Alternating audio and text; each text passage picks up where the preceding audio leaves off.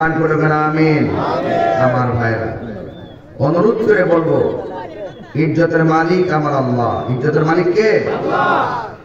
আল্লাহ পাক রব্বুল আলামিন কোরআনে বলছেন, আইনামা তাকুনু ইউদরিকুমুল মাউত ওয়ালাউ কুনতুম ফি বুরুজিন মুশাইয়াদা। আল্লাহ বলছেন, তোমরা যেখানে থাকো না কেন, মৃত্যু তোমাকে পাকড়াও করবে। মাটির নিচে গেলেও করবে, মাটির উপরে থাকলেও করবে। একবার এয়ার অ্যাম্বুলেন্স আপনি সিঙ্গাপুর গেলে সেখানে আদ্রেল আছে না নাই? আপনি যতই পালাইবেন চান্দু, বাঁচার কোন রাস্তা, বাঁচার রাস্তা আছে? রাস্তা নাই। রাসূল বলছেন, আমি যখন মেরাজে গেছি আমি অনেক আযাব দেখছি, সবচেয়ে কঠিন আযাব দেখেছি কবরের আযাব। কিসের আযাব? কবরের আযাব। রাসূল বলেন, কবরটা হইল আখিরাতের প্রথম মঞ্জিল। এই কবর যার ভালো হবে, হাসর তার ভালো হবে। হাসর যার ভালো হবে, বেহেশত তার জন্য অবধারিত হবে। সুবহানাল্লাহ বলেন না? তাইলে আল্লাহ পাক বলেন, কুল্লু নাফসিন যায়িকাতুল মাউত। প্রত্যেক প্রাণীকে মৃত্যুর স্বাদ গ্রহণ করতে হবে। প্রত্যেক প্রাণীকে মৃত্যুর স্বাদ গ্রহণ করতে হবে। আল্লাহ রাব্বুল আলামিন বলছেন, সুম্মা ইলাইনা তুরজাউ, সুম্মা ইলাইনা তুরজাউন। অতঃপর তোমরা আমার দিকে ফিরে আসবে, প্রত্যাবর্তন করবে। আমার ফিরে যাব একজনের কাছে। চিৎকার মেরে কোন তিনি কে? আমাদেরকে সৃষ্টি করেছেন কে? এই জন্য যুবক ভাইরা আমার, যে যাই করেন না কেন, মৃত্যু সাধারণ জিনিস না। 2 মিনিট নাকটার মুখটা বন্ধ করে দেই, দেখেন তো কেমন লাগে। বাপটাকে বুঝতে পাইতেন না, কিন্তু সেই দিন আপনি যতই হাত পা নাড়াচাড়া করেন, আপনার রুহু কিন্তু সার্জারি হয়ে যাবে। রুহু কি হয়ে যাবে? সার্জারি হয়ে যাবে। রুহুটা যদি নেওয়ার আগে, আর রুহু তো নিলে দম পড়লে শেষ, নিথর দেহ পড়ে থাকবে। রুহুটা নেওয়ার আগে রাসূল বলছেন একটা ইয়া আছে, কি যে বলে এটাকে সাকরাতুল মাউত। এই সাকরাতুল মাউত হইল, হ্যাঁ, সাকরাতুল মাউত হইল মৃত্যুর পূর্বের যন্ত্রণা। ওই যন্ত্রণা যখন মানুষ পড়বে, আপনি কত যে চিল্লাচিল্লি করবেন। হাড্ডিগুলা নিমিষেই ভেঙে যাচ্ছে, রগগুলা যে ছিঁড়ে যাচ্ছে, রক্তগুলো যে পানি হয়ে যাচ্ছে, গানের রগগুলা ছিঁড়ে যাচ্ছে, গলা শুকায় যাচ্ছে। রাসূল বলছেন, মৃত্যু রুহু নেওয়ার সময় যে কষ্ট, তার চাইতে বেশি কষ্ট অনুভব করবে সাকরাতুল মাউতের কষ্ট। কারণ এই সময়টা তিলে তিলে তিলে তিলে আপনার দেহটাকে নিঃশেষ করে ফেলবে। চিৎকার মেরে করে আল্লাহু আকবার। এই জন্য আমার যুবক ভাইয়েরা, আল্লাহ রাব্বুল আলামিন বলছেন, ওয়ামা তাদরি নাফসুম বিআইয়ি আরদিন তামুত। ও বান্দা, তোমরা তো জানো না জমিনের কোন জায়গায় তোমার মৃত্যু হবে। জবানটা খুলে বলুন, জানে কে?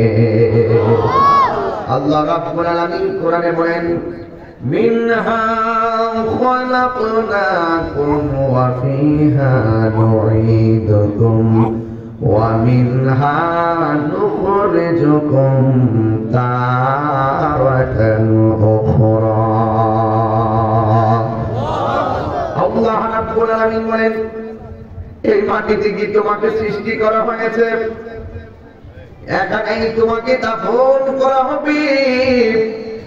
আবার এই মাটি থেকে তোমাকে উলঙ্গ করে একটা ময়দানে তোলা হবে। ওই ময়দানটার নাম হলো হাসরের ময়দান। এই জন্য যুবক ভাইয়েরা আমার, জন্মেছি ভাবে যেতে হবে, তবে দুনিয়াটাতে এমন ভাবে কাটান যেন এই দুনিয়াতে কেবলমাত্র আপনি মুসাফির। জোরে কোন কি?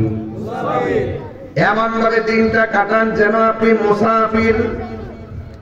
আমার যুবক ভাইয়েরা, আমার নবী, আপনার নবী রাহমাতুল লিল আলামিন বলেছেন, কেউ যদি দিনে এবং রাতে 20 বার মরণের কথা খেয়াল করে, ওই দিন যদি তার মরণ হয়ে যায়, আমার আল্লাহ রাব্বুল আলামিন তার মরণটাকে শহীদের খাতায় লিখে দিবে।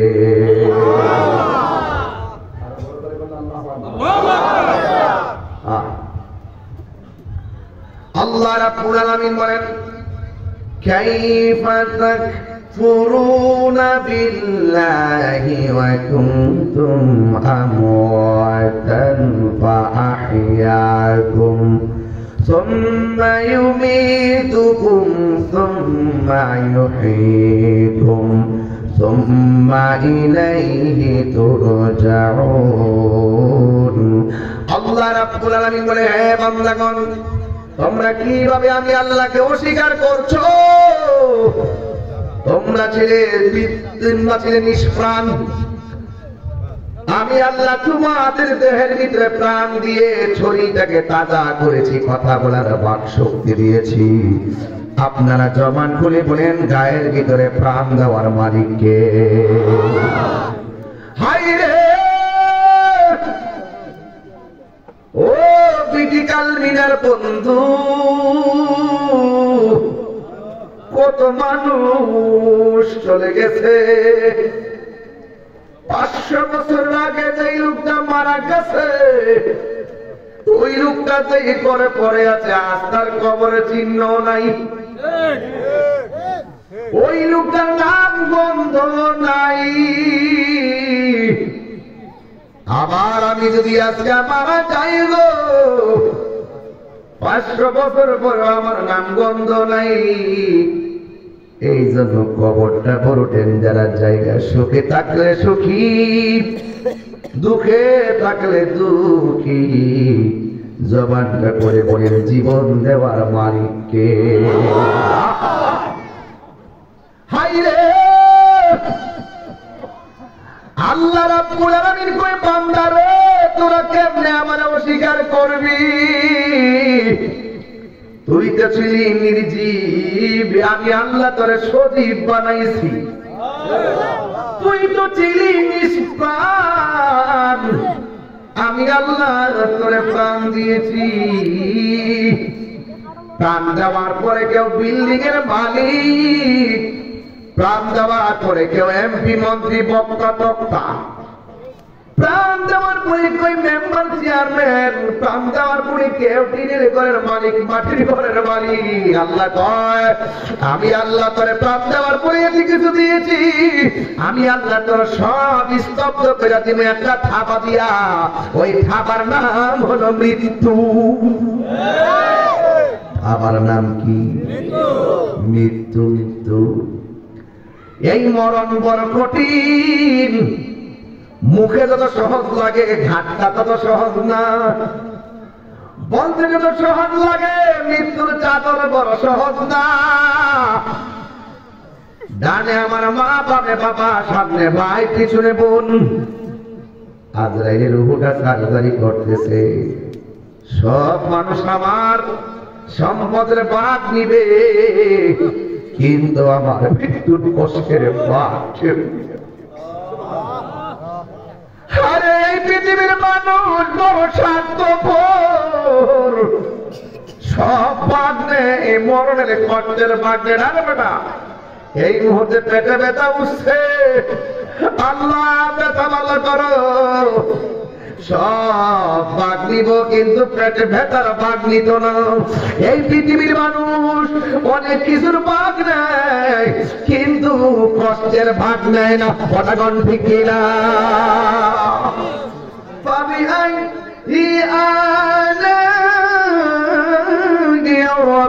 ربكما تكذبان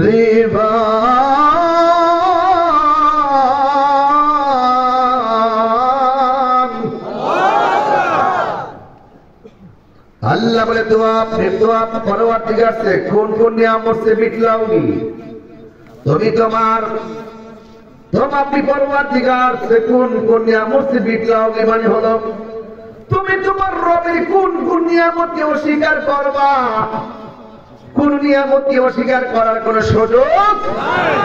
এই জন্য আমার আল্লাহ রাব্বুল আলামিন কোরআনে বলে দিয়েছেন, তুমি যেখানেই থাকো না কেন তোমাকে মৃত্যু ধরবে। আল্লাহু আকবার কোন না কেন? ও যুবক, পায়ের মধ্যে হাত দিয়া বলে দিয়ে যায়, এখনো সময় আছে, রমজানে মৃত্যু কামনা করবেন। আল্লাহ মরে যাব দুঃখ নাই, যেদিন মরণ দিবা রমজান মাসে মরণ দিও। মরণটা মৃত্যুটা যদি রমজানে হয় না আছে না নাই? আল্লাহর হাবিব কি বলে শুনে যান। আল্লাহর হাবিব বলে যদি কেউ রমজান মাসে মারা যায় আমার আল্লাহ রাব্বুল আলামিন কবরের আযাব মাফ করে দিবে। চিৎকার মেরে বলেন না সুবহানাল্লাহ। শুধুমাত্র তাই নয়, রমজান মাসে যারা মারা যায় আল্লাহ রাব্বুল আলামিন এদের জন্য কবরের আযাব নয় জাহান্নামের আগুন পর্যন্ত মাফ করে দিবে। জাহান্নামে রমজান মাস আসলে জাহান্নামীরা যারা জাহান্নামে জাহান্নামীরা যেখানে জাহান্নামে সেই জাহান্নামীদেরকে পর্যন্ত আল্লাহ মুক্তি করে দেয়। এই রমজান মাসটা কত দামি দেখছেন। ইবকু মিনান নার, জাহান্নাম থেকে মুক্তি দেয়। মারহাবা করে কোনটা কেন? শুধু জাহান্নাম থেকে মুক্তি নয়, রমজান মাসটা যখন আসে শয়তান আর জিনদেরকে আল্লাহ পাক শিকল দিয়ে বেঁধে ফেলে। জাহান্নামের দরজাগুলোকে আল্লাহ পাক বন্ধ করে দেয়। লাম ইফতাহ, একটা দরজাও খোলা হয় না। আল্লাহ আকবার বলেন। একটা দরজা খোলা হয় না। লাম ইফতাহ, একটা দরজা খোলা হয় না। শুধু তাই নয়, জান্নাতের দরজাগুলো আল্লাহ পাক খুলে দেয়। একটা দরজাও বন্ধ করা হয় না। সুবহানাল্লাহ কইতেন না? ওই সময় একজন লোক ওই যে উপর থেকে ডাক দেয়, কে কল্যাণের পথে আসবে আসো, অকবিল। শুধুমাত্র দায়িত্বটা সামনে অগ্রসর হও। আর যে অকল্যাণ কামনা করো আকশির, থেমে যাও, আর সামনে যেও না।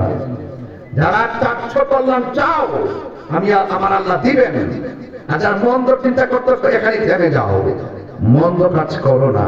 চিৎকার বের করুন মারহাবা। বুঝতেছেন কথা? বুঝতেছেন? আল্লাহর হাবিব সাল্লাল্লাহু আলাইহি সাল্লাম বলেছেন, আমি ভূমিকা একটু তেলাওয়াত করে আয়াতটা ওয়ার্ডটাকে সাজাই দিলাম। কষ্ট হয়েছে আপনাদের? কষ্ট হচ্ছে? আমার যুবক ভাইয়েরা, আল্লাহ রাব্বুল আলামিন বলেন আমি আল্লাহ মৃত্যু দিয়ে তোমার সব স্তব্ধ করে দিব। এরপরে আমার আল্লাহ রাব্বুল আলামিন একটা ঘর নির্ধারণ করেছেন। ওই ঘরের নাম হলো কবর। আমার নবী আপনার নবী বলেন কবর কাহার জন্য জান্নাতের বাগান, আবার কবর কাহার জন্য জাহান্নামের গর্ত। কেমনে সহ্য করব জাহান্নামের আগুন? আমার পক্ষে সম্ভব না, আপনাদের পক্ষে সম্ভব না।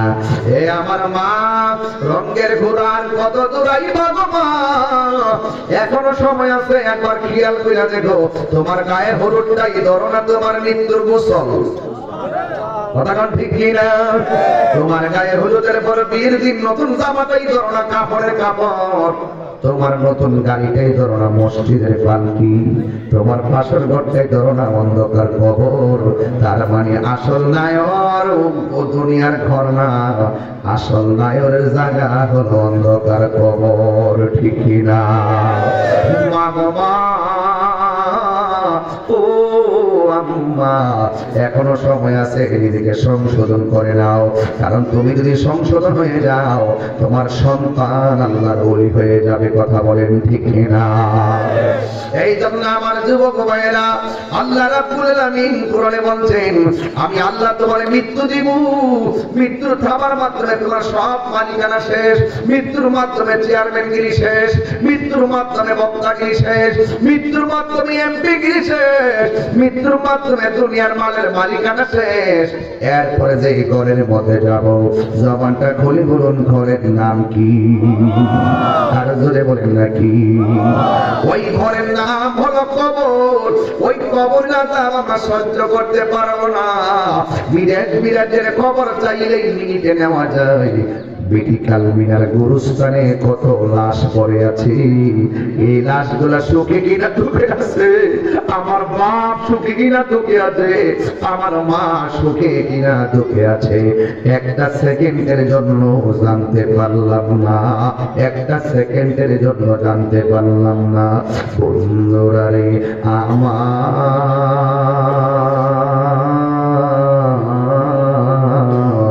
ওই কবরের মানুষ আর বিটি কালমিনার মাহফিলের মানুষ এক না। আল্লাহ রাব্বুল আলামিন বলেন, ওয়া মা ইয়াস্তাবিল আহইয়াউ ওয়াল আমওয়াত,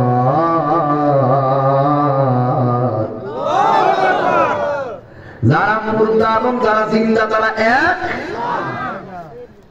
আপনাদের সবাইকে নিয়ে যদি বিটি কালমিনার গুরুস্থানে যায়, কবরে দুই হাত দিয়েছে মানুষ কেমন আছে আমরা কি বলতে পারবো? ওদের কবরে যদি জাহান্নামের আগুন থাকেও আপনাকে নিভাইতে পারবো? আর আপনার করে যদি আগুন লাগে মানুষ নিভাইতে আসবে, আমার ফায়ার সার্ভিস আসবে। এই জন্য বলছে উপরের মানুষ আর নিচের মানুষ এক না। ওই আযাব কেউ দেখে না, ওই আযাব আমার রাসূল দেখতেন। পৃথিবীতে দুই শ্রেণীর লোক কবর আযাব দেখবে না, কবর আওয়াজও শুনবে না। একটা হলো মানুষ আর একটা হলো জিন। কেন শুনবে না? জিনেরও হিসাব হবে, মানুষেরও হিসাব হবে। আল্লাহ বলেন, ইন্নাল্লাহা ইউসমিউ মান ইয়াশা, আমি আল্লাহ তাকে ইচ্ছা করি তাকে কবরের আযাব দেখার ক্ষমতা দান করি। সুবহানাল্লাহ। রাসূল কবর আযাব দেখতেন, শুধু দেখতেন না, কেন আযাব হচ্ছে সেটাও জানতেন, কতদিন আযাব হবে সেটাও জানতেন, কে শেষে জান্নাতি সেটাও জানতেন, কে লাস্ট পর্যন্ত জাহান্নামী সেটাও জানতেন, কিয়ামত পর্যন্ত কি হবে নাকি না হবে রাসূল সব জানতেন। সুবহানাল্লাহ। সেই রাসূলকে আমরা মতো না। বাংলাদেশের কিছু মানুষ আছে যারা রাসূলুল্লাহকে চিনেও চিনে না, বুঝেও বুঝে না।